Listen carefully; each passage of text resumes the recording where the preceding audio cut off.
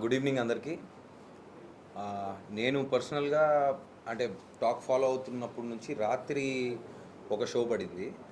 I think me friends UK నుంచి మాకు first అంటే ఇంతకుముందు యూఎస్లో పడేది, ఇప్పుడు యూకేలో ఫస్ట్ టైం ప్రీమియర్ అన్నిటికంటే ముందు పడింది. సో అక్కడ నుంచి మేము టాక్ ఫాలో అవుతూ వచ్చాం. So like the director and writer said మాకు యునానిమస్ రిపోర్ట్స్ వస్తున్నాయి బిగినింగ్ నుంచి.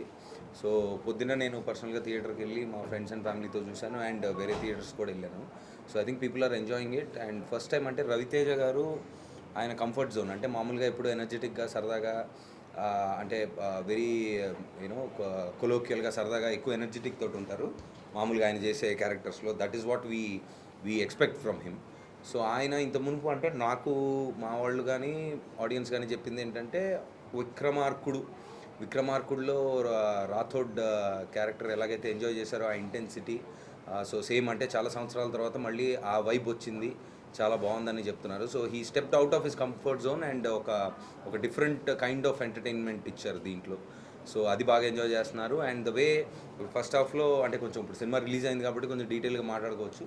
సో ఫస్ట్ హాఫ్లో ఎలాగైతే ఆ క్యారెక్టర్ ఏంటి, అసలు వీళ్ళ కథ ఏంటి అని ఒక కపుల్ ఆఫ్ క్యారెక్టర్స్ కొంత చెప్పడం, ఆ స్క్రీన్ ప్లే అలాగ ఓపెన్ అవ్వడం బాగా ఎంజాయ్ చేస్తున్నారు జనాలు.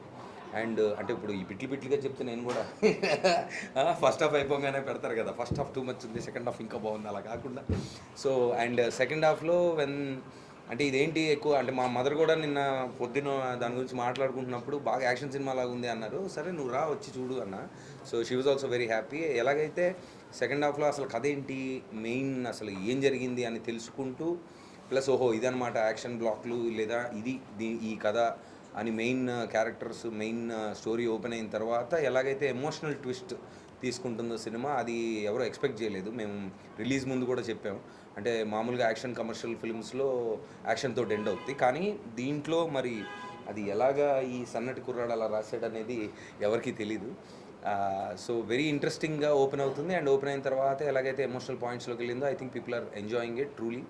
We been following. అండ్ నేను కూడా మామూలుగా నా ఇన్స్టా కానీ నా ట్విట్టర్లో I personally message a lot of people. So నాకు చాలా పాజిటివ్గా వస్తుంది. అండ్ పీపుల్ మీడియా ఫ్యాక్టరీలో I think there hit streak is continuing and we are all very happy. So Ravi అన్నయ్య, I been talking to him. ఆయన కారైకుడిలో ఉన్నారు. I think is coming on the 12th or something.